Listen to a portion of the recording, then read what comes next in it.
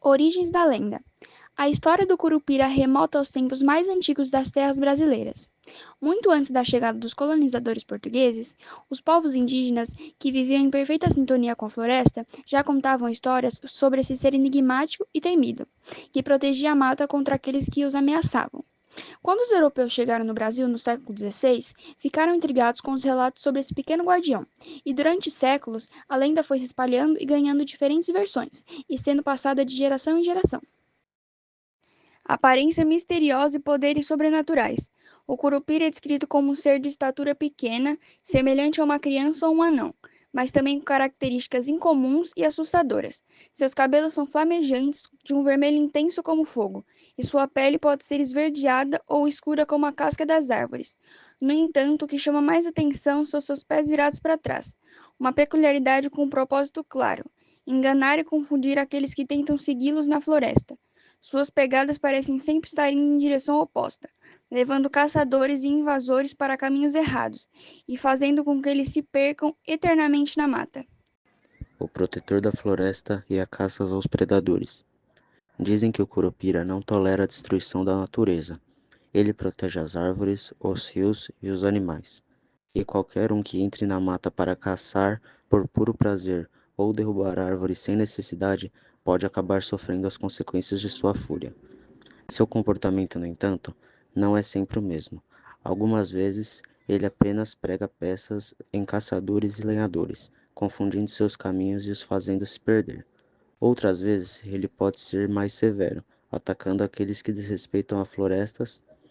Há histórias de caçadores que desapareceram para sempre depois de desafiá-lo. O caso do caçador perdido, uma das histórias mais conhecidas sobre o Curupira, fala de um caçador experiente que entrou na mata para capturar animais selvagens. Mesmo após os conselhos dos mais velhos para não caçar além do necessário, ele ignorou os avisos e seguiu seu caminho. Depois de algumas horas na floresta, ele começou a ouvir um assovio estranho e insistente. No início pensou que fosse mais um pássaro, mas o som era alto demais para ser natural. Logo percebeu que estava andando em círculos e que sua trilha havia desaparecido. O Curupira e os colonizadores portugueses. Os primeiros portugueses que chegaram ao Brasil ficaram aterrorizados com os relatos indígenas sobre o Curupira. O padre José de Anchieta, no século XVI, escreveu em seus relatos que os nativos acreditavam em um demônio da floresta, que protegia a mata e confundia os caçadores. Os europeus, que estavam acostumados a explorar as florestas sem restrições, temiam o Curupira e muitas vezes evitavam se aventurar em áreas muito densas da mata.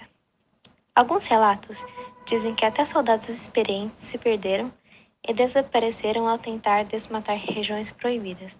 O Curupira na cultura popular.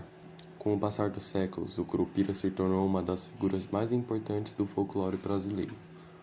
Hoje, ele é lembrado em escolas, livros, desenhos animados e até em campanhas ecológicas, que reforçam a importância de preservar o meio ambiente. Até hoje há relatos de pessoas que dizem ter visto o Curupira ou ouvido o seu assobio. Algumas histórias falam de exploradores que se perderam misteriosamente na floresta, mesmo com mapas e bússolas.